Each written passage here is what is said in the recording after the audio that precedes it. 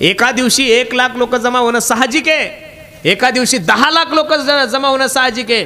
पण आपण ज्या महाराष्ट्रामध्ये वावरतो त्या तुकोबरायचे अनुयायी आहोत आपण. 1 महिना माझ्या तुकोबरायसोबत 5 लाख लोक असतात महाराज. हे जगातलं सगळ्यात मोठं आश्चर्य आहे. तुम्ही जर नसल वारीला गेले तर एकदा वारीला जाऊन पहा महाराज. कितीही मोठा रोग असू द्या, वारीत गेला की मनुष्य नीट होतो. घरी एसीत झोप येत नाही आणि वारीत मनुष्य दगडात झोपतो महाराज, दगडात झोपतो. तुम्ही पुण्यात एकदा वारकऱ्याचं वजन मोजायचं, नंतर वाखरीला एकदा मोजायचं. कमीत कमी 5 किलो वजन वाढलेलं असतं. किती?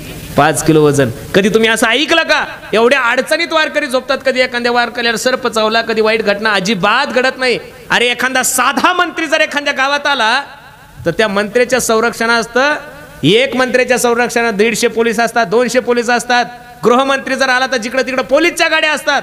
5 लाख समाज असतो, पण 1 दिवस सुद्धा पोलिसाची गरज पडत नाही. हे समाजाला दिलेला वारकरी संप्रदाय आदर्श आहे महाराज. काय आदर्श आहे?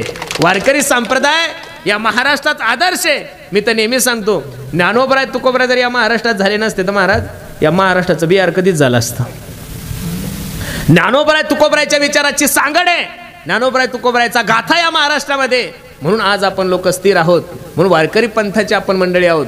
म्हणून तेनेची पंथे चालू जाता, पडे गुंथा कोटे काही. कोणत्याही प्रकारची अडचण निर्माण होत नाही, फक्त वारकरी पंथाचे सेवक बना. बाकीच्या पंथात जायची काय गरज आहे महाराज तुम्हाला? सगळ्या गोष्टी ज्ञानोबराय तुकोबरायने सांगितलं. अरे सरकार आता आम्हाला सांगतंय झाडे लावा झाडे जगवा, झाडे लावा झाडे जगवा.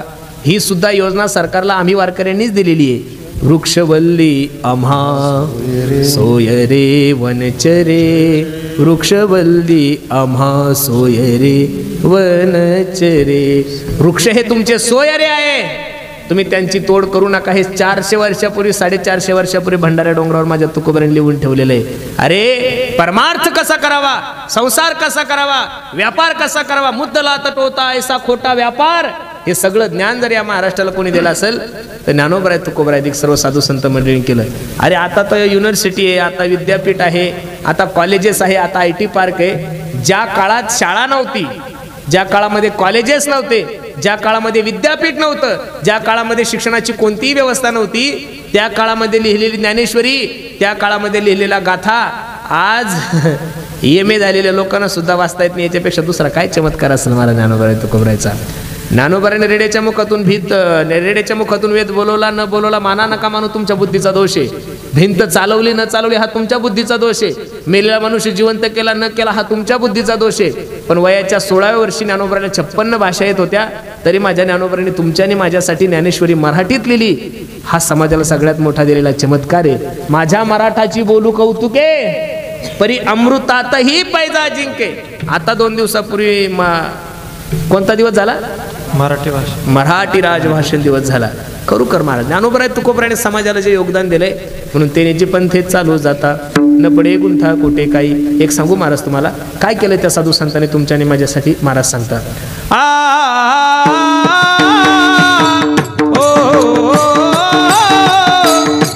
मोडनिया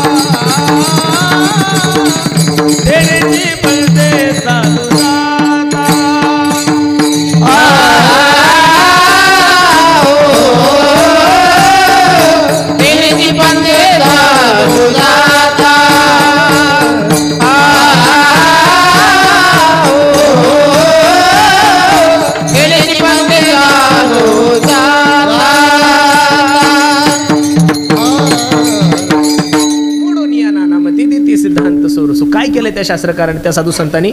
या शास्त्रामध्ये 12 दर्शनकार सांगितलेले. किती? 12 दर्शनकार आहे. त्यामध्ये 6 नास्तिकवादी आणि 6 आस्तिकवादी आहे. या सर्वांच्या विचाराचं मंथन करून सिद्धांतरूपी भक्तिरूपी खाऊ साधकांच्या हातात दिलाय. खूप सोपं करून ठेवलंय महाराज. काय झालंय माहितीये का तुमचं माझं? घरी कामधेनू गाय, पण आपल्याला जर्सीचं दूध प्यायची सवय झालेली. घरी कामधेनू गाय, पण आपल्याला जर्सीचं दूध प्यायची सवय झालेली. ज्ञानोबराय तुकोबराने एवढं करून ठेवलंय महाराज तुमच्या आणि माझ्यासाठी, आपल्याला दुसरीकडे जायची गरज नाही. मी वृंदावनला भागवत शिकायला गेलो असताना तिथे एक राम सुखदासजी यांच्या शाखेचे गीता मंदिराचे एक साधू महाराज होते. खूप कडक होते, एवढे कडक होते की त्यांच्या समोर कोणीच जात नव्हतं. आणि आपला लहानपणापासून स्वभाव आहे, जिथं कोणी जात नाही तिथं जायचे हौस पहिल्यापासून आहे. मग आता त्यांची रूम होती, ते अभ्यास करत होते. मग मी जाताना म्हणा, मी आय कम इन सर, मी येऊ स्वामीजी? तसलं काहीच नाही. मी डायरेक्ट आत गेलो आणि ते असं वाचत असताना त्यांनी माझ्याकडे बघितलं. बघितल्यानंतर मला मागही जाता येईना, पुढं जाता येईना, थर थर थर हातपाय कापायला लागले. एवढं त्यांच्या डोळ्यात तेज होतं. मी आपलं वळालो आणि वळाल्याबरोबर माझी नजर त्यांच्या देवघराकडे गेली. थोडं लक्ष देऊन ऐका. आता ते वृंदावनमध्ये राहणारे महात्मा, पण त्यांच्या देवघराकडे माझी नजर गेली तर त्यांच्या देवघरामध्ये एकीकडे ज्ञानोबरायचा फोटो होता आणि एकीकडे तुकोबरायचा फोटो होता. मी लगेच थांबलो. थोडी शंकाच आली मला. मी स्वामीजींचं दर्शन घेतलं आणि स्वामीजींना म्हणलं, स्वामीजी म्हणे, क्या पंडित, आप ब्रज रसिक हो, वृंदावन में रहते हो, इधर तो सिर्फ भगवान कन्हैया के राधा रानी के भक्त है और आपके मंदिर में तो ज्ञानेश्वर महाराज और तुकाराम महाराज का फोटो है. त्या साधूने मला जे उत्तर दिलं ते ऐकण्यासारखं. तो साधू सांगत होता, ए पंडित, हम लोग जब वृंदावन में रह के उदास होते हैं. काय म्हणला तो साधू? हम लोग जब वृंदावन में रह के उदास होते हैं, हमारा मन नहीं लगता है, तो हम लोग हमारा मन प्रसन्न करने के लिए आलंदी और देहू आते. काय म्हणला तो? अरे वृंदावन मध्ये ज्यांचं मन रमत नाही ते लोक आळंदीला आणि देहूला येतात. आणि तो साधू मला सांगू लागला, महाराष्ट्रीयन पंडित बोले, पागल हो, ज्ञानेश्वर महाराज को छोड़ के आप वृंदावन आए हो. नामा मने देवा चला तया ठाया, विश्रांती घ्यावया. अरे जगाच्या मालकाला ज्या ठिकाणी विश्रांती घ्यायसाठी घ्यावं वाटत असेल ते आळंदी क्षेत्र आहे. चालले एवढी आपण वारी करतोय, पंढरपूरची वारी, एवढा सुंदर रोड झालाय महाराज. बाबा बाबा बाबा बाबा, या वर्षी तो तुकोबरायला ताणच नाही आमच्या काहीच. रुटी घाटातून मी आलो, किती सुंदर झालाय महाराज.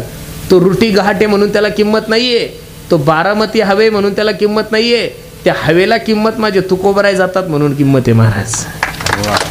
तुकोबराय जर त्या हवेला नसते गेले तर जगामध्ये हजारो हवे, कोण पाहत आहे त्या हवेला? माझे साक्षात तुकोबराय त्या रस्त्यानं जाणार आहे. महाराष्ट्रातला तमाम वारकरी समाज त्या रस्त्यानं जाणार आहे. म्हणून त्या रस्त्यामध्ये जात असताना तेच दिसत होतं सगळं, की इथं आपण झोपलो होतो, इथं ही गवळण असती, इथं टाळकरी उभे असतात, इथं माणूस पाणी पितोय. खूप सुंदर आहे महाराज, लक्ष देऊन ऐका. मग हे जे चाललंय तुमचं माझं ते कल्याणासाठी. मग कल्याण जर जीवनामध्ये करून घ्यायचं असेल, जीवनामध्ये शाश्वत सुखाची प्राप्ती करून घ्यायची असेल, तर पूर्वी साधू संत जो मार्ग दाखवून गेले त्या मार्गाचं अनुकरण केलं असता निश्चित तुमच्या जीवनामध्ये कल्याण होईल. थोडं लक्ष द्या फक्त माझ्या कीर्तनाकडे. आता पूर्वी कोण मार्ग दाखवून गेले, कोणता मार्ग दाखवून गेले? मार्गाचा जर विचार करायला गेलो तर शास्त्रामध्ये अनेक मार्ग आहे. ज्ञान मार्ग आहे, योग मार्ग आहे, कर्म मार्ग आहे. आपल्यासारख्या विलासी लोकांना या मार्गाचं अनुकरण कसं करता येईल? अरे जे लोक 2 तास कीर्तनासाठी बसतात ते लोक त्यांच्या तोंडातल्या तंबाखूचा त्याग करत नाही महाराज. शास्त्र तर सांगतंय, काम सोडा, क्रोध सोडा, लोभ सोडा. साधे साधे व्यसन तुमच्याने माझ्याकडून सुटत नाही. साधा चहा सुटत नाही.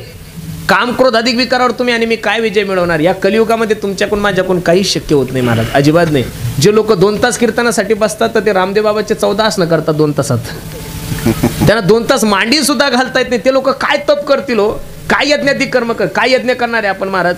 अहो 120 रुपयामध्ये सत्यनारायणाची पूजा, बामणाच्या दक्षिणा सगळं देणारे लोक उदार आपण. भिकाऱ्याला 10 रुपये 10 रुपये देताना 10 वेळेस विचार करणारे लोक आपण. काय यज्ञाधिक कर्म करणार? आपण काहीच करू शकत नाही महाराज. योगाच्या मार्गाचं अनुकरण करायला जावं तर योग सोपा नाहीये. पाहे पालो हा चाचणे, जे बोचरी पडती खाणे ते पोट भरणे की प्राणी शुद्धी म्हणून. थोडं लक्ष द्या माझ्या कीर्तनाकडे.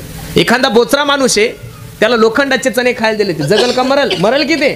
ज्ञानोबराय सांगतात, म्हणून योगाची वाटा जे निघाले गा सुभटाता या दुःखाचीच वाटा. मग ज्ञानोबराय सांगतात योग अवघड आहे. काही लोक म्हणतील ज्ञानोबराय योग्यांचे माऊली होते, पण योगाचं खंडन करत असताना ज्ञानोबराय सांगतात, योग या गवी एने नोए सिद्धी वायाची उपाधी दंभ धर्म हरिमुख मना पुण्याची गणना कोण करी. योग अवघड आहे. काही लोक म्हणतील ज्ञान संपादन करा. कसं ज्ञान संपादन करायचं? मला शक्य नाहीये. ज्ञान संपादन करण्यासाठी वयाची मर्यादा आहे. तुम्हाला डॉक्टर व्हायचंय, तुम्हाला MBBS व्हायचंय, तुम्हाला कीर्तनकार व्हायचं, तुम्हाला राजकारणी व्हायचंय. काय व्हायचं ते पहिले 25 वर्ष ठरवून घ्या. कारण प्रथमम नार्जिते विद्या, द्वितीयम नार्जिते धनः, तृतीयम नार्जिते पुण्यम, चतुर्थम किम करी शशी. पहिले 25 वर्ष तुम्हाला काय व्हायचं ते ठरवून घ्या. तुम्हाला महाराज व्हायचं, तुम्हाला पुढारी व्हायचं, तुम्हाला डॉक्टर व्हायचं, तुम्हाला इंजिनियर व्हायचं, तुम्हाला IAS व्हायचं, तुम्हाला IPS व्हायचं. काय ठरवायचं ते पहिले 25 ते 50 माणसाने ढिलं नाही पडायचं. फक्त पैसा कमवायचा. काय कमवायचा? 25 ते 50 काय करायचा? पण पैसा कमवत असताना लोकांच्या माना नाही मोडायच्या. जोडोनी आधन उत्तम व्यवहारे, उदास विचारे वेच करी. आणि नंतर 50च्या नंतर माणसाने रिटायरमेंट घ्या. दशरथाचा एक केस पांढरा झाल्यानंतर दशरथाने प्रभू रामचंद्राला गादी दिली होती. आपलं नशीब एवढं खराब आहे, आपलं टक्कल पडलं तरी आपण घर सोडत नाही. लोक आमच्यासारख्या महाराज लोकांना म्हणतात, महाराज जावा आमच्या म्हाताऱ्याला दिंडीत घेऊन. अवघड परिस्थिती महाराज. 50च्या नंतर 75 पर्यंत देवाचं चिंतन करा. जर या 3 अवस्थेमध्ये जर तुम्ही या 3 गोष्टी नाही केल्या तर चतुर्थम किम करी शशी. खरं तर माणसाला आयुष्य 40 वर्षाचं होतं महाराज. हे 60 वर्षाचं जे आयुष्य तुम्ही ते उधार घेतलेलं आहे. तुम्ही म्हणसाल कोणाकोणाचं? एकदा बैल, कुत्र आणि गाढव आणि माणूस ब्रह्मदेवाकडे गेले होते. तो बैल म्हणला, देवा 40 वर्ष कसं काम करायचं रे शेतकऱ्याच्या शेतात? अजिबात जमत नाही. मी किती जरी चांगलं काम केलं तर माझा मालक मला टायमावर चारा पाणी करत नाही. मी एवढे दिवस जगू शकत नाही. म्हणजे नाही. मी फक्त 20 वर्ष जगल. मग बैलाचे 20 राहिले होते. माणूस उभाच होता. माणूस म्हणे, ब्रह्मदेवा मी घेतो. 40 आणि 20 किती झाले हो? किती झाले? कुत्र म्हणलं, देवा बैलाचं तरी बरं आहे. लोक मला भाकरी तर ताकद नाही, पण दगड मारल्याशिवाय राहत. मी काही 40 वर्ष जगू शकत नाही. मी 20च वर्ष जगणार. मग कुत्र्याचे 20 माणसाने घेतले. 60 आणि 20 किती झाले? आणि गाढव होतं, रडायलाच लागलं. गाढव देवाला सांगत होतं, देवा माझा मालक तर एवढा गाढव देवाला सांगत होता. गाढव देवाला काय सांगत होतं? माझा मालक एवढा गाढव, एक काम झालं की मला घरी सुद्धा आणत नाही, शेतातच सोडतो. मी काही 40 वर्ष जगत नाही. मी फक्त 20च वर्ष जगणार. मग 80 आणि 20 गाढवाचे किती झाले? बस सेम टू सेम तशीच तुमच्या जीवनाची दिनचर्या आहे. तुम्ही 40 वर्षापर्यंत तरुण असता, कोणालाच मानत नाही. बापाची संपत्ती असती, लग्न होतं, पोरगी 10वी 12वीला जाती, पोरग 10वीत जातं. मग माणसाला सुचतं आता पोरगी लागणार आली. एवढं काम करतो माणूस, उठला की शेतात, उठला की शेतात, उठला की शेतात. लोक म्हणतात, महाराज राब राब राब राब राबतो तो बैलासारखा. अजिबात त्याला पाहून की कळे ना, नातेवाईक कळे ना, सप्ताह कळे ना, नुसता बैलासारखा काम करतो. तो बैलासारखा काम नाही करत. ते वर्ष बैलाचे. कोणाचे? 40 आणि 20 60 वर्ष कोणाचे? ते 60 वर्षाचा माणूस झाला की सुनबाई येते, नातू पण तू येतं. म्हातारा सुनबाई खवळं, नातराव खवळ. सुनबाई म्हणते, महाराज आमचं म्हातारं नुसतं भुकत राहतं हो, अजिबात अक्कल नाही. ते भुकत नाही. ते वर्ष कोणाचे? कुत्र्याचे. आणि 80च्या नंतर तर माणूस जगतच नाही. जगला तर सगळं खाणं हागणं होत नाही, एकाच ठिकाणी असतं. आम्ही जर कोणाच्या घरी जेवायला जाऊ, म्हातारं पडलेलं असतं. सुनबाई तोंडाला हात लावून म्हणते, महाराज लाज सोडली हो या थेरड्यानं, या म्हाताऱ्यानं. नुसतं गाढवासारखं लोळतं. ते गाढवासारखं लोळत नाही. 80 आणि 20 वर्ष कोणाचे? मग खरं आयुष्य माणसाचं किती आहे? मग 40 वर्षात तुम्ही पहिलं ठरवून घ्या, तुम्हाला ज्ञान संपादन करायचं का काय करायचं. प्रथमम नार्जिते विद्या, द्वितीयम नार्जिते धनः, तृतीयम नार्जिते पुण्यम, चतुर्थम किम करी शशी. मग ज्ञानही अवघडे, योगही अवघडे. तुम्ही म्हणसाल कर्मकांड करू. काय कर्मकांड करणार आहे महाराज आपण? अजिबात नाही. मग या कलियुगामध्ये करायचं काय? सोपं साधन महाराज सांगतात. यत् फलम नास्ति तपसान योगेन समाधिना तत्फलम लभ्यते सम्यक कलौता हरि कीर्तनात. कलियुग केवल नाम आधारा, सुमिर सुमिर नर उतरही पारा. मी तुम्हाला भागवतातलं उदाहरण दिलंय, प्रमाण दिलं. दुसरं तुलसीदासजीचं दिलं. तिसरं ऐका. कलियुग माझी कलियुग माझी करावे कीर्तन.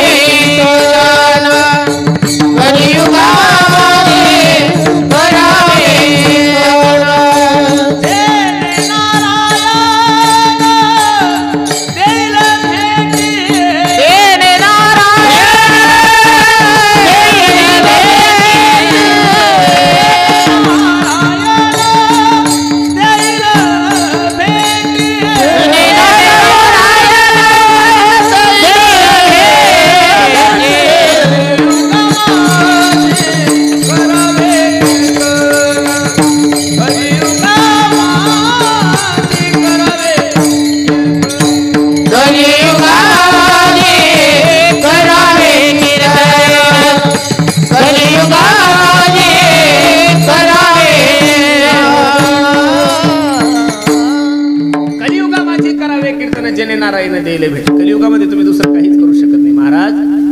अगदी थोडा आयुष्य तुम्हाला आणि मला दिलेलं आहे देवाने. कारण कलियुगामध्ये काय करणार आहे आपण? 100 वर्षाचा आयुष्य तुमचं माझं. किती वर्षाचा आयुष्य? 100 मधले 50 तर झोपीतच गेले. खाली किती उरले? 50. बोलत चाला कडे. किती उरले? 50. 50 मध्ये 10 वर्ष बालपणात गेले पोराव. खाली किती उरले? 40. एवढं टाकती नको म्हणू, फक्त 40च ना. किती?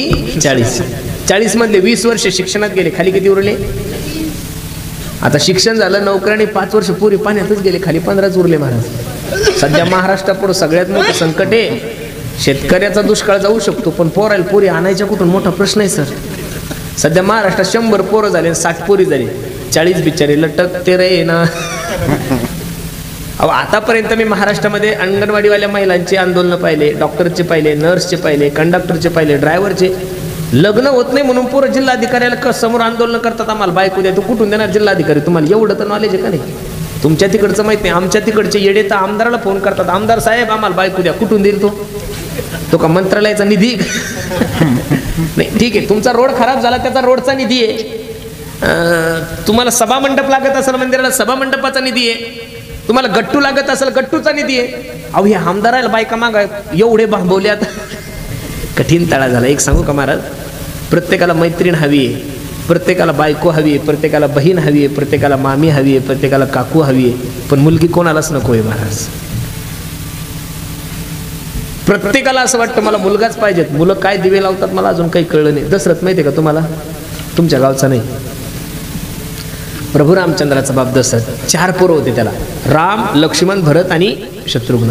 मग दशरथासारख्या बापाला जर पोरांनी पाणी पाजलं नाही तर आजकालच्या दशरथांनी काय अपेक्षा करायची आपले पोरं आपल्याला पाणी पाजत. म्हणून उद्या भविष्यात फक्त तुमच्याकडे 10 वर्ष शिल्लक आहे. त्या 10तले 3 वर्ष करोनात गेले. आता 7 वर्षात तुम्ही काय काय होणार आहे? सरपंच होणार आहे का महाराज होणार आहे का आमदार होणार आहे? चांगला माईक घेण्यासाठीचा माईकची गॅरंटी आहे, चांगला बल्ब घेण्यासाठीचा या बल्बची गॅरंटी आहे, चांगला आयफोन घेण्यासाठीचा आयफोनची गॅरंटी. माणसाची काय गॅरंटी आहे? कपातला चहा कपात असताना बशीतला बशीत गेला. लोक म्हणे चहा पित होते, मरायला उशीर लागत. सध्या सगळ्यात स्वस्त जर काय झालं असेल तर माणसाचं मरण आहे. आणि कधी येईल काही सांगता येत नाही. काल व्याल मुख ग्राश त्राश निर्नाश हे तवे श्रीमद भागवतम शास्त्रम कलो किरीन भाषितम. एक मोठा अजगर आहे आणि त्या अजगराच्या मुखामध्ये आपण बसलेलो आहोत. आपण कुठपर्यंत सुरक्षित आहोत? जोपर्यंत तो अजगर आपलं तोंड बंद करत नाही. ज्या दिवशी अजगर आपलं तोंड बंद करेल ना महाराज, काय गोड पद आहे. सांस रुक जाएगी चलते चलते, आवाज नका वाढवण्याचा. क्षमा बुझ जाएगी जलते जलते, दम निकल जाएगा रोशनी का, क्या भरोसा है इस जिंदगी का. कोण कधी कशाने जाईल काही सांगता येत. म्हणून बसणाऱ्या मंडळीला माझी विनंती आहे, एवढा सुंदर नर्ते तुमच्याने माझ्या जीवनामध्ये प्राप्त झालाय, संधीचं सोनं करून द्या, सोनं करून घ्या. कारण या जगामध्ये सर्वात स्वस्त आणि सर्वात सुलभ जर काय असेल तर माणसाचं मरण आहे. तुम्ही कोरोनाच्या काळामध्ये पाहिलं महाराज, लाखोनं नाही कोटीनं लोक मेलेले. या महाराष्ट्रामध्ये कमीत कमी 40,000 गावं धरा, तशी तर 50 असतील छोटे मोठे, पण 40 धरा. प्रत्येक गावातले 20-20 लोक जरी म्हणले, 10-10 लोक जरी म्हणले तरी 20 गुणिले 40,000 समाज थोडा नाही मेला महाराज. पैसा असून लोक मेले, पैसा नसून तर मेलेच हो. ओळख असूनही लोक मेले, ओळख नसून तर मेलेच हो. ज्यांची ओळख पुढाऱ्यांशी आहे, ज्यांची ओळख मंत्र्यांशी आहे, अशांना सुद्धा ऑक्सिजन भेटला नाही. म्हणून बसणाऱ्या मंडळीला माझी विनंती आहे, प्रत्येकाने वेळ सावध सावधान वाचे बोला नारायण. सावधान व्हा, वेळ नका वाया घालू. आज तुम्ही सर्व मंडळी या कीर्तनाचे साक्षीदार आहात. असं समजा माझ्या देवाने उर्वरित आयुष्य तुम्हाला बोनस दिलेले आहे महाराज. बरवे झाले आजीवरी नाही पडिलो, मृत्यूच्या हरी वाचून आलो येथवरी उरले ते हरी. आता वेळ नका वाया घालू, कधी वेळ जाईल काही सांगता येत नाही. हो देह जाणार जाणार अशी काळू बखाणार, देह जाणार जाणार अशी काळू बखाणार, देह जाणार जाणार अशी काळू बखाणार, देह जाणार जाणार अशी काळू बखाणार, देह जाणार जाणार अशी काळू बखाणार, देह जाणार जाणार अशी काळू बखाणार, देह जाणार जाणार अशी काळू बखाणार, देह जाणार जाणार अशी काळू बखाणार. आणि याला काळोबा खाणार, हे काळोबा खायच्या अगोदर माणसाने सावध व्हा. माणूस जन अनमोल रे, अरे मिट्टी में ना खोल रे, अब तो मिला है फिर ना मिलेगा, कभी नहीं कभी नहीं कभी नहीं रे. आंधळ्याच्या हातात कावळा सापडावा तसा नरते सापडलाय महाराज. संधीचं सोनं करून घ्या, गेलेला पैसा परत मिळेल, गेलेली संपत्ती परत मिळेल, गेलेली सत्ता परत कमवता येईल, गेलेली बायको परत मिळेल. पण जीवनामध्ये एक गोष्ट कधीच परत मिळत नाही, life is not once more. किती जरी पैसे दिलेत 1 मिनिटाचं सुद्धा आयुष्य भेटत नाही ना गाड्या हो. मग एवढा सुंदर नरते प्राप्त झालाय, कधी देवाचं चिंतन करणार आहे? कधी तुम्हाला माहिती आहे का, तुम्ही सगळ्या गोष्टीची तयारी करता. एवढा मोठा सप्ताह केलाय तुम्ही, 6 महिन्यापासून तारखी घेऊन ठेवलेल्या आहे. घेतले का नाही दादा? 1 वर्ष झालं, माझी तारीख तर 1 वर्ष झालं घेऊन ठेवली. मग तारखी घेऊन ठेवल्या, गायक ठेवले, वादक सांगितले, जिव्हाळा चॅनल सांगितलं, एवढं सुंदर माईक सिस्टीम, एवढा सुंदर मंडप. मग सप्त्याची तयारी करता, घर कसं बांधायचं याची तयारी करता. 2000च्या आमदारकीची 24ची तयारी आतापासून सुरू केली. जिल्हा परिषदच्या तारखी डिक्लेअर व्हायच्या तरी भेटीगाठी सुरू झाल्या. घर कसं बांधायचं, मुलीला MBBS, सगळ्या गोष्टीची तयारी करता तुम्ही. येडे नाहीये. मग का हो, तुम्ही आणि मी मरणार याची तयारी कधी करणार आहात? बरं, कोणत्या तंद्रीत जगतायत लोक काही कळत नाही. काही लोक म्हणतात, महाराज मी जर मेलो ना, बोल भाषा पा कशी असते दादा त्यांची. महाराज मी जर मेलो ना, आमच्या देळगाव रसाळाचा सप्ताहच बंद पडल, तू मरून बघ ना एकदा. तुझ्यापेक्षा चांगला सप्ताह करतात लोक.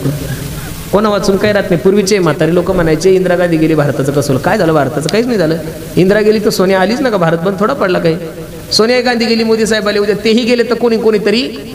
ज्याच्यात नित्य बदल होतो, जिथं कोणा वाचून काही राहत नाही त्याला जग म्हणतात. अरे लता मंगेशकरांसारखी गायिका मेली तर 1 दिवस फक्त भारतीयांनी तिचं स्टेटस ठेवलं. किती दिवस ठेवलं? लक्ष देऊन ऐका. लता मंगेशकर, तिला भारतरत्न पुरस्कार होता त्या मायला. कोणता पुरस्कार होता? भारतरत्न पुरस्कार ज्या माय माऊलीला होता. ती माय माऊली मेल्यानंतर फक्त 1 दिवस भारतीयांनी तिचं स्टेटस ठेवलं. किती दिवस ठेवलं? आता मला तर पहिला प्रश्न आहे, तुमचं माझं स्टेटसच काय? आपल्याला लोकांनी आपली आठवण करावं असं स्टेटस काय महाराज? आपल्याला तर बायको आंघोळीला पाणी लवकर टाकत नाही, आपलं काही नाही. म्हणून तुम्ही ज्या तंद्रीत जगत आहात, मी तर नेहमी सांगत असते, पुढारी मनुष्य खादीचे कपडे घालून स्मशानभूमीतून चालला होता. एक हाडूक त्याच्या पायाला टोचलं आणि त्या हाडूक त्या पुढाऱ्याला बोलत होतं, ए वेड्या ऐक, एक दिन निकले सैर करणे मन में कई अरमान थे. काय म्हणलं ते हाडूक? लक्ष देऊन ऐका. एक दिन निकले सैर करणे मन में कई अरमान थे, एक तरफ हरियाली थी और एक तरफ स्मशान थे, पैर के तले चुभी हड्डी हड्डी के ये बयान थे, अरे चलने वाले चल संभल कर हम भी कभी इंसान थे. वेड्या, तू जेवढा तोरा मोरात चाललाय ना, तसं मी सुद्धा दिवसातून 4 खाद्या घालायचो, पण माझी सुद्धा मातीच झालेली आहे. म्हणून बसणाऱ्या मंडळीला माझी विनंती आहे, अहंकार कशाचा करणार आहे महाराज तुम्ही? शरीराचा अहंकार करसाल तर शरीर नाशिवंत आहे. जर संपत्तीचा अभिमान करसाल तर संपत्ती जाणारी आहे. पदाचा अभिमान करसाल तर पदही जाणार आहे. आणि ज्या गोष्टीसाठी तुम्ही प्रयत्न करता, धना आणि भूमो पश्वश्य गोष्टी नारी गृहद्वारी जलस्मशाने देहेश्चितायाम परलोक मार्गे कर्मानुग गच्छति जीव एका. म्हणून बसणाऱ्या मंडळींना फक्त एकच काम करा, करा रे बापानो साधन हरीचे, झनी करणीचे करू नका, येणे नो हे जन्म यमाची यातना, हरिमुखी गाता हरपली चिंता. आणि भगवंताचं चिंतन करण्यासाठी, भक्ती करण्यासाठी कुठे जाण्याची गरज नाही. न लगते सायास जावे वनांतरा, सुखे येतो घरा, ठाईच बैसोनी आवडे अनंत. रामकृष्ण हरी विठ्ठल केशवा मंत्र हा जपावा सर्व काळ. बरं, भगवंताच्या नामाची ताकद पहा किती आहे. इथं जेवढ्या काही मायमावल्या बसलेल्या मायांनो, खरं सांगा, फक्त खोटं नका बोलू. एखादी तरी बिचारी अशी असेल ना, तिचा नवरा दारू पित असेल, हात वर करा बरं. अजिबात तसली चुकी करू, कारण कॅमेरा लावलेला आहे बघा, तुमच्याकडेच केलाय त्याने. मी तुम्ही जर हात वर करायचा असाल आणि तो बाबा बावळट जर इकडे बसेल असेल, तर मी कीर्तन संपल्यावर घरी निघून जाईल, तर तुम्हाला हाणत हाणत घरी नेईल. मग तुम्हाला असं वाटतं की नाही माया तुमच्या नवऱ्याने दारू सोडावी? मान सुद्धा हलू नका. मी मानसशास्त्राचा तज्ञ. कोणत्या बाईचा नवरा दारू पितो मी ह्याच्यावर येऊन सांगू शकतो महाराज तुमच्या. कोण माणूस हलकट आहे, कोण माणूस कुचका आहे, कोण माणूस प्रेमळ आहे. आता दररोज माणसं सांभाळतोय ना आम्ही, त्याच्यामुळे माणसं पाहिले की कळतात. माणूस जाणी जे बोले, माणूस पाहिल्यावर कळतो तो कोणत्या लायकीचा आहे. मग तुम्हाला असं वाटतं माया तुमच्या नवऱ्याने दारू सोडावी? तर दारू कशाला सुटत नाही? कोणत्या महाराजाकडून सुटत नाही, कोणत्या मामाकडून सुटत नाही, कोणत्या मामीकडून सुटत नाही, कोणत्या बाबाकडून सुटत नाही, कोणत्या बाबीकडून सुटत नाही. इंजेक्शनाने दारू सुटते असं वाटतं तुम्हाला? आमच्या गावचे बावळे क्रुझर भरून त्या साताऱ्याकडे कोणता तरी डॉक्टर तिकडे गेले, ते पेतच तिथपर्यंत गेले. 50,000चं इंजेक्शन घेतलं आणि पेतच घरी आले. इंजेक्शनानं दारू सुटली. आणि जर इंजेक्शनानं दारू सुटली असती तर इथं बसणाऱ्या माझ्या प्रिय बेवड्यांनो, इंजेक्शनानं जर दारू सुटली असती तर इथं बसणाऱ्या माझ्या प्रिय बेवड्यांनो, तुमच्या बायकांनी तुम्हाला झोपेत इंजेक्शन दिले असते. मेल्या दारू पितो का, दिले असते टोचून.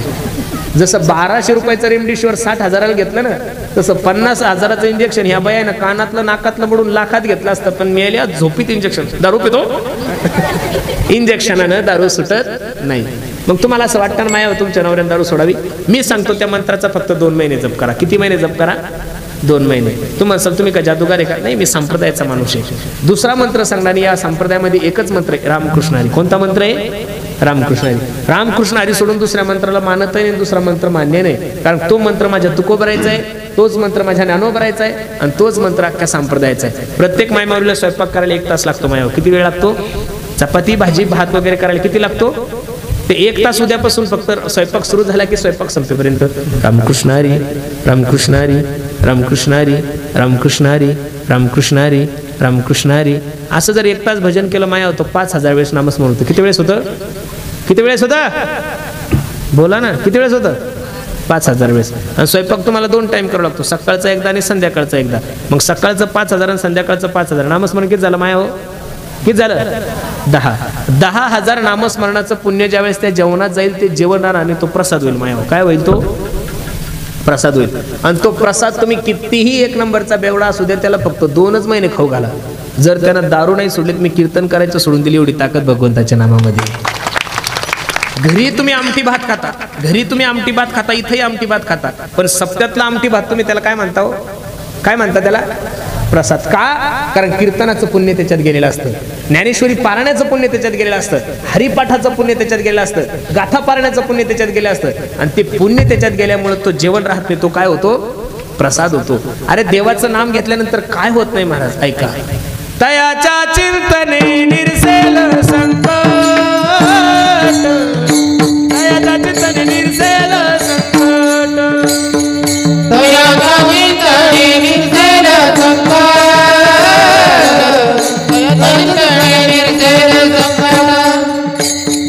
तयाच्या चिंतने निरसेल संकट, तयाच्या चिंतने निरसेल संकट, तयाच्या चिंतने निरसेल संकट, तयाच्या चिंतने निरसेल संकट.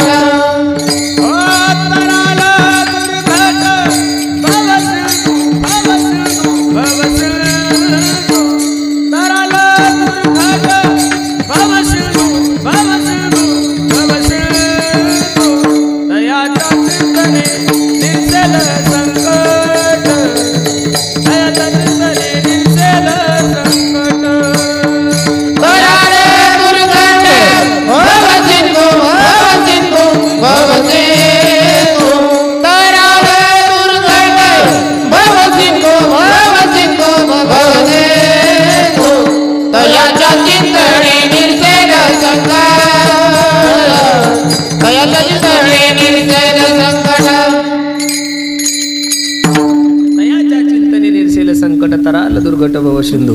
आज्या मेळ्याच्या जीवनाचा उद्धार झालाय, वाल्ह्या कोळ्याच्या जीवनाचा उद्धार झालाय, तर तुमच्या आणि माझ्या जीवनाचा निश्चित उद्धार होईल. म्हणून देवाचं चिंतन करा. विनवितो सकळ जना, कर जोडून थोर लहाना, दान इतुले द्या मज दिना, म्हणे तुकया बंधू राम म्हणा गा.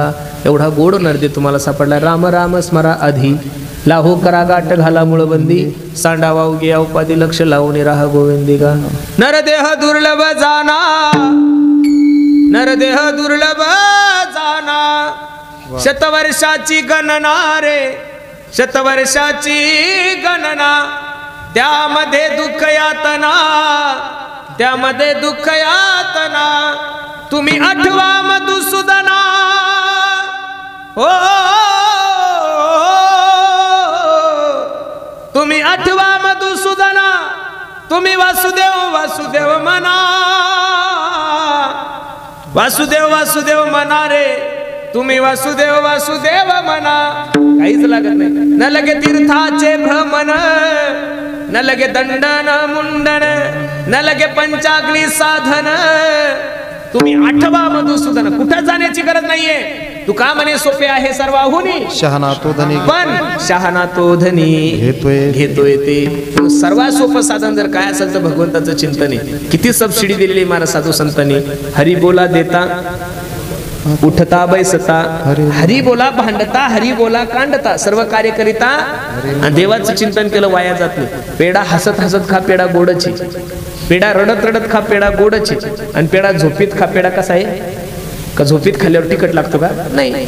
झोपीतही गोडाचे जागृतीतही गोडाचे आणि हसत हसत जरी खाल्ला तरी गोडाचे. देवाचं चिंतन कोणत्याही भावनेनं करा. आणि तो जो मार्ग आहे तो भक्ती मार्ग आहे. कोणता मार्ग आहे भक्ती मार्ग. भक्ती पंत बहु सोपा सर्वात सोपं साधन. सोपे वर्म आम्हा सांगितले संती. सोपे वर्म आम्हा सांगितली टाळ दिंडी हाती घेऊन नाचा. सर्वात सोपं साधन आहे. कुठं जाण्याची गरज नाही. मस्त देवाचं चिंतन करा. म्हणून मार्ग दावून गेले आधी दयानिधी संत ते. मार्ग दाखवलाय भक्ती आणि मार्ग कोणी दाखवलाय निवृत्ती ज्ञानदेव सोपान मुक्ताबाई एकनाथ नामदेव तुकाराम. ज्ञानोबरानी पाया रचलाय. तुकोबराय कळत झालेले. नाथ बाबा नामदेवराय त्याचे खांब झालेले. मंदिर किती सुंदर बांधा. मंदिराचा पाया किती सुंदर घ्या. मंदिराचा कळस किती सुंदर असू द्या पण जोपर्यंत मंदिराला कलर देत नाही तोपर्यंत मंदिर शोभत. आणि मंदिराचा कलर द्यायचं काम जर महाराष्ट्रामध्ये कोणी केलं असेल तर ते माझ्या जगद्गुरु सद्गुरु जोग महाराज संस्थेने केलेले आहे. महाराज कोणी विनोदाचा कलर दिलाय, कोणी ज्ञानाचा कलर दिलाय, कोणी वैराग्याचा कलर दिलाय, कोणी शांतीचा कलर दिलाय. आणि एकदा का कलर दिला ना महाराज की मंदिर असं सुंदर दिसतं. म्हणून त्यांनी जो मार्ग दाखवला त्या मार्गाचं अनुकरण करा. निश्चित तुमच्या जीवनामध्ये कल्याण झाल्याशिवाय राहणार नाही. विठोबा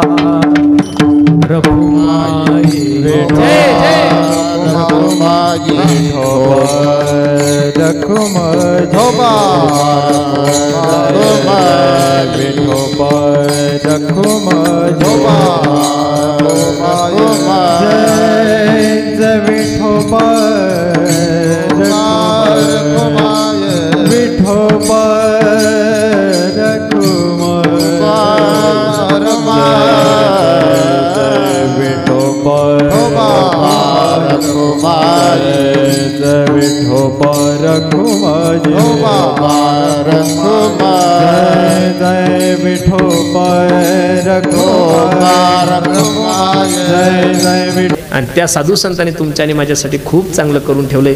मोडोनिया नानामते देती सिद्धांत सौरतू. असे साधू संत कोण आहे. निळामणे ऐसे संत कृपावंत सुखशिंतू. साधू सुखी आहे आणि साधू कृपावंत सुद्धा आहे. आणि अशा साधूने जो मार्ग दाखवला त्या मार्गाचं अनुकरण केलं असता निश्चित तुमच्या जीवनामध्ये कल्याण होईल. असं गोड मार्गदर्शन अभंगामध्ये माझे निळोबराय करतात. खूप सुंदर नियोजन तुम्ही सर्व ग्रामस्थ मंडळींनी केले. द्यावे तेवढे धन्यवाद तुम्हाला सर्व मंडळी. खरं सांगू नजर लागावं एवढा सुंदर कार्यक्रम आहे. तुम्हाला जरी वाटत असेल तुमचा कार्यक्रम छोटा आहे, तुम्हाला जरी असं वाटत असेल तुमचा कार्यक्रम असा काही 2-4 गावा मिळून मर्यादित आहे, अजिबात नाही. तुमचा कार्यक्रम सध्या महाराष्ट्रात तुमच्या कार्यक्रमाची चर्चा आहे. कारण आमच्या जिव्हाळ्या चॅनलच्या मार्फत सगळीकडं देऊळगाव रसाळ याचं नाव चाललंय महाराज. बरोबर आहे का नाही. आमच्या हनुमंत दादानी आमच्या उमेश दादानी खूप मला प्रयत्न केले. म्हणे महाराज आम्हाला काही नसो का नसो आम्हाला जिव्हाळावाला पाहिजेतच. आता माणूस झाला एक आणि मागण्या झाल्या जास्त त्याच्यामुळे प्रॉब्लेम खूप झाले. बरोबर आहे का नाही. बरं माणूस एवढा खोडेले जो आवडतो तिथंच जातो तो दुसरीकडे जात नाही.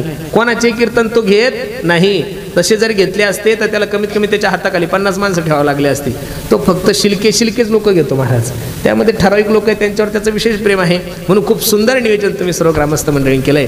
मला आनंद आहे की तरुण लोकांचा सहभाग या कीर्तनासाठी खूप आहे, सप्ताहासाठी खूप आहे. वयस्कर मंडळीला माझी विनंती मायबापांनो आतापर्यंत तुम्ही या सप्त्याची परंपरा इथपर्यंत आणली, भाग्यवान आहात तुम्ही. पण आता तुम्ही कुठेतरी थांबा. तुम्ही आता थांबा आणि सप्त्याचे कार्यकर्ते पोरांना करा. याचं कारण काही म्हातारे म्हणतील त्यांच्या गळ्यात माळा नाही. माळा जरी नसल्या तरी त्यांना सप्त्याचे कार्यकर्ते करा. का तो पहिल्या वर्षी माळ घालणार नाही, दुसऱ्या वर्षी माळ घालणार नाही, पण तिसऱ्या वर्षी लाज काज का होईना त्यांना आमच्यासारख्या तरुण कीर्तनकाराकडे पाहून माळ घालायची इच्छा झाल्याशिवाय राहणार नाही. ही क्षमता फक्त सप्ताहामध्ये. तुम्ही आतापर्यंत ही परंपरा खूप चांगली, तुम्ही आशीर्वाद द्या. कुठं तरुण मुलं चुकत असतील त्यांना मार्गदर्शन करा, पण वयस्कर लोकांनी आता थांबलं पाहिजेत. तुम्ही आशीर्वाद द्या आणि माझ्या तरुण पोरांना सत्याचे कार्यकर्ते करा, कारण ते जर सत्याचे कार्यकर्ते झाले तर निश्चित ते व्यसनापासून दूर जातील. चांगल्या गोष्टी त्यांच्या जीवनामध्ये परिवर्तन होईल, आणि जर चांगल्या गोष्टी जीवनामध्ये परिवर्तन झाल्या तर निश्चित आज तरुणांना मार्गदर्शन करण्यासाठी कोणीच नाहीये. तरुण आपला सैराट सुटलाय, कोण कुठं चाललंय कोण कुठं चाललंय कोणाला दिशा कळत नाहीये महाराज. म्हणून माझी विनंती तुम्हाला, जर तुम्हाला स्थिर व्हायचं असेल, चांगल्या विचाराची देवाणघेवाण करायची असेल, तर त्याला फक्त एक व्यासपीठ येते म्हणजे नारदाची गादी. म्हणून तरुणांना माझी विनंती आहे, देशाविषयी धर्माविषयी स्वाभिमान बाळगा. प्रत्येकाने एकत्रित या, जातीवाद करू नका. राजकारण करा, पण राजकारणापुरतं मर्यादित ठेवा. ग्रामपंचायत लढा, भांडणं करू नका. फक्त सप्ताह आला की सगळ्यांनी राजकारण सोडून सर्वांनी एकत्रित या आणि सप्ताह आनंदात करा. सर्व ग्रामपंचायत सदस्य, सर्व सरपंचांना माझी विनंती आहे, राजकारण करत असताना या मोठ्यांचा आदर्श घ्या. ते दिवसभर एकूणावर भुगतात आणि संध्याकाळी सगळेजण एकाच हॉटेलला असतात आणि सगळेजण एकाच टायमाला खातात. त्यांचा आदर्श घ्या, गावात भांडणं होणार नाही. ते पक्ष जरी वेगळे असेल, हे त्याला बोलतंय ते त्याला बोलतंय, रात्रंदिवस असे बोलतात, असं वाटतं की यांची 12-12 पिढ्या भांडणं आहे, पण दोघांची धंद्यामध्ये पार्टनरशिप एक आहे. ही वस्तुस्थिती आहे. म्हणजे दिसायला जरी ते वेगळे असले तरी ते असायला, आणि आपण फक्त सर्वांनी एकत्रित राहा, सर्वांचे कार्यकर्ते व्हा. पण गाव फुटल, एका सप्त्याचे 2 सप्ते होईल, असं कोणतंही कार्य जीवनामध्ये करू नका आणि चांगल्या कार्यासाठी उभे राहा. मी सांगू महाराज, तुम्हाला मदत करत चला. मी तर नेहमी सांगत असतो, महाराष्ट्रात नव्हे देशात तुम्हाला मारवाडी समाज आणि जैन समाज कधीच गरीब दिसणार नाही महाराज. मी नारदाच्या गादीवर सांगतो, मुस्लिम समाजाचे लोक जर 100 रुपये कमवत असेल तर त्यातले 10 रुपये ते मस्जिदीसाठी खर्च करतात, अल्लासाठी खर्च करतात. मारवाडी समाजाचे लोक, जैन समाजाचे लोक जर 100 कमवत असेल त्यातले 30 रुपये ते धर्मासाठी खर्च करतात. आपण 100 कमवताय ना, त्यातले तुम्ही 95 खर्चा, पण 5 तर देवासाठी द्या. पण हे मंदिरातल्या सुद्धा चपला चोरतात हो. काय करावं काही कळत नाही महाराज. मंदिराला कुलप लावायची वेळ आली, हे देवायचे मुकुट. आपण एवढे इमानदार आहे की मंदिराला कुलप लावायची वेळ आली, सोन्याचे मुकुट, हनुमंत, अरे चांदीचे मुकुट चोरतात. काय कुठं लोक चोरतील काही सांगता येत नाही. म्हणून देशाविषयी धर्माविषयी स्वाभिमान बाळगा. प्रत्येक तरुणांना माझी विनंती, जीवनामध्ये व्यसन नका करू. तसं तुम्ही सर्व सदन भाग आहेत. मी आमच्या परिसरात गेलो की दररोज कीर्तनातून पोरांना सांगतो, पोरांनो, गाडी करून तिरुपतीला जाण्यापेक्षा, गाडी करून उज्जैनला जाण्यापेक्षा, गाडी करून गोव्याला जाण्यापेक्षा कधीतरी क्रुझर करा. 10-5 लोक बारामतीला जा, 2 दिवस मुक्काम करा, तिथल्या शेतकऱ्यांशी संवाद साधा. तिथले शेतकरी 1-2 एकरामध्ये 20 लाखाचं उत्पन्न कसं घेतात हे घेऊन या महाराज. तुम्ही अशा भाग्यवान तालुक्यामध्ये जन्माला आले आहात, खरोखर तुम्ही पुण्यवानच आहे. कारण अख्खा महाराष्ट्र एकीकडे, नुसती बारामती एकीकडे. सत्ता कोणाची का चालेल असे ना, आदेश तेच सोडतात महाराज, बरोबर आहे का नाही. सत्ता कोणाची का असे ना, कामं तुमचे कुठं रोखत नाही. इंद्राची नगरी, इंद्राची अमरावती आणि महाराष्ट्रात शरद पवारांची बारामती, हे जगात 2 शहर सगळ्यात सुंदर आहे महाराज. खरं सांगतो तुम्हाला, मानलंच पाहिजे. जसं वंजारी समाजामध्ये गोपीनाथराव मुंडेला लोक दैवत मानतात का, कारण असं महाराष्ट्रात एकही पोलीस स्टेशन नाही की तिथं त्यांचा पोलीस नाहीये. 5 वर्ष उपमुख्यमंत्री राहिले, त्यांच्या समाजाचे सर्व पोरं पोलीस करून टाकले महाराज. तसं आपल्याला सुद्धा एवढं चांगलं डेव्हलप केलंय महाराज. नाही तर ह्या काही जमिनी का महाराज तुमच्या? हे आता हे आम्ही जे आलो उंडवडी गवळ्याचे, हे सगळे रान नाही, पडित नाही, हे जंगल आहे डायरेक्ट. आमच्या तिकडे जर तुम्ही गेले तर 40 फूट जरी खाली खणलं तरी काळीच लागल महाराज, एवढी सुंदर जमीन आहे. तरी पण काही फायदा नाही. तुमची डोंगर असून सुद्धा तुमच्याकडे सोनं आहे. शेतकरी शेतात फॉर्च्युनर घेऊन जातो, हे उपकार आहे महाराज, आणि मानलं पाहिजे. काय माणसं जिवंत आहे तोपर्यंत कळणार नाही, ज्या दिवशी माणसं तुम्हाला सोडून जातील त्या दिवशी तुम्हाला कळल. विलासराव देशमुख मेले ना महाराज, तर अख्ख्या लातूरची मजा निघून गेली. विलासराव हयात असताना ज्या जमिनीला 1 कोटी रुपये भाव होता, विलासराव गेल्यानंतर 25 दिवसाने ती जमीन लोक 20 लाख रुपये एकरनं सुद्धा घेत नव्हती. माणसं जिवंत आहे तोपर्यंत ताकद आहे, क्षमता आहे. चांगले माणसं निघून गेले की परत चांगले माणसं मिळत. म्हणून तरुणांना माझी विनंती आहे, देशाविषयी धर्माविषयी स्वाभिमान बाळगा. प्रत्येकाने व्यसन करू नका. चांगलं देशाची धर्माची सेवा करा आणि प्रत्येकाने आपल्या आई वडिलांची सेवा करा. मी दररोज सांगतोय, स्वामी तिन्ही जगाचा आई विना भिकारी, स्वामी तिन्ही जगाचा आई विना भिकारी. आई माझी मायेचा सागर, दिला तिने जीवनाला आकार, तळपत्या उन्हात आणि रखरखत्या रानात राहिली समाजासाठी तू ग कष्टाच्या घामात. कधी मिळेल मुठभर घास, कधी घडे तिला उपवास, ओल्या मातीतून चालताना तुडविले काट्याचे फास. आई माझी मायेचा सागर, दिला तिने जीवनाला आकार. म्हणून प्रत्येकानं आपल्या आई वडिलांची सेवा करा, धर्माची सेवा करा. बसणाऱ्या सर्व मंडळीला माझी विनंती, पोरांसाठी पैसे कमवण्यापेक्षा पोरांसाठी संस्कार कमवा. कारण या जीवनातला सगळ्यात मोठा दागिना जर काय असेल तर संस्कार आहे. ज्यांनी ज्यांनी पैसे कमवले अशा लोकांचे मायबाप वृद्धाश्रम मध्ये. महाराज मला वाईट वाटतं, मुंबई पुण्यासारख्या ठिकाणी जर गेले तर काही काही बिझनेसमॅन लोकांच्या कुत्र्याचं मेंटेनन्स 1-1 लाख रुपये. किती? काही काही बिल्डर, काही काही बिझनेसमॅन, उद्योगपत्यांच्या कुत्र्याचं मेंटेनन्स 1-1 लाख रुपये. पण वाईट याचं वाटतं की त्या कुत्र्यांचे मायबाप वृद्धाश्रम मध्ये. कळलं तुम्हाला? न कळणं माझ्यासाठी खूप चांगलं आहे. ज्यांच्या कुत्र्यांचं मेंटेनन्स 1-1 लाख रुपये, त्या नालायक लोकांचे मायबाप वृद्धाश्रम मध्ये. एवढा पैसाच कमवू नका की तुमच्या मायबापाची तुम्हाला लाज वाटेल. एवढं शिक्षण नका घेऊ की तुमच्या मायबापाची तुम्हाला लाज वाटेल. म्हणून प्रत्येकाला माझी विनंती, प्रत्येकानं आपल्या आई वडिलांची सेवा करा, धर्माची सेवा करा, गायीची सेवा करा. खूप सुंदर नियोजन तुम्ही सर्व ग्रामस्थ मंडळी केले, द्यावे तेवढे धन्यवाद तुम्हा सर्व मंडळीला आहे. एक आनंदाची गोष्ट अशी आहे की प्रत्येक माणसाने दररोजचं कीर्तनाचं सौजन्य घेतलेलं आहे. सौजन्यामुळे कीर्तनाचा खर्च कमी झाला सप्त्याचा. महाराज भविष्यात मंडपाचाही सौजन्य घेत जा, गायकाचाही घेत जा, माईकवाल्याचाही घेत जा. म्हणजे सप्त्याची वर्गणी करायचं कामच नाही.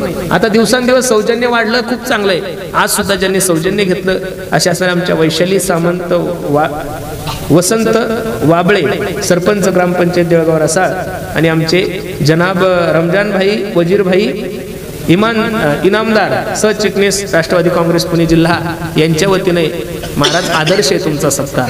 एक मुस्लिम धर्माचा व्यक्ती जर एखाद्या हिंदू कीर्तनकाराचं यजमान घेत असेल, असेच जर सर्व हिंदू मुस्लिम एक राहिले महाराज, तर भविष्यात हा देश महासत्ता हो ना हो त्याच्याशी आपल्याला काही घेणं नाही. पण निश्चित उद्या या देशात क्रांती झाल्याशिवाय राहणार नाही. खरं सांगतो महाराज तुम्हाला.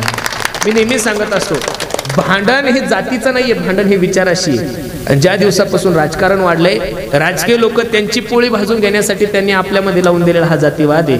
नाही तर तुकोबराय, ज्ञानोबराय सोबत असे हजारो मुस्लिम लोक आहे की महाराज त्यांचं बारामतीला अन्नदान आहे. अहो रस्त्यात येऊन म्हणतात, अहो घ्या हो आमच्या घरी 2 पावलं खा, 2 घास खा.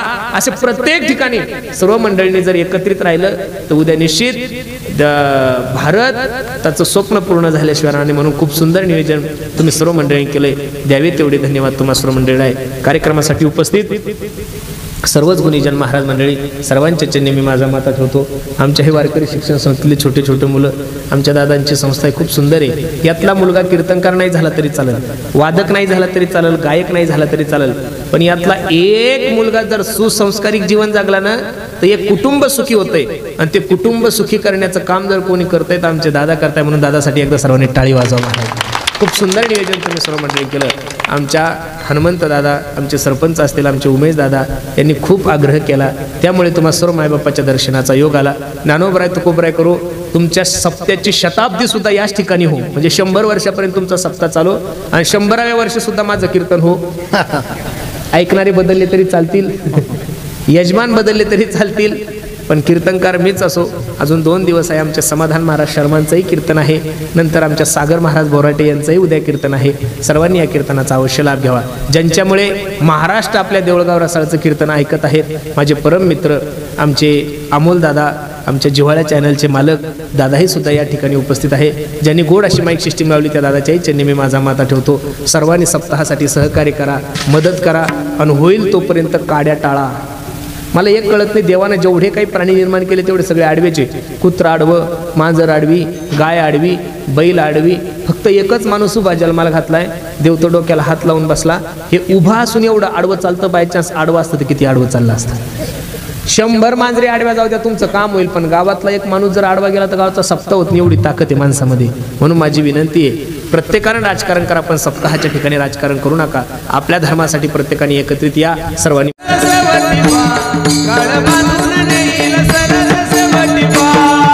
सरते सेवटी बा,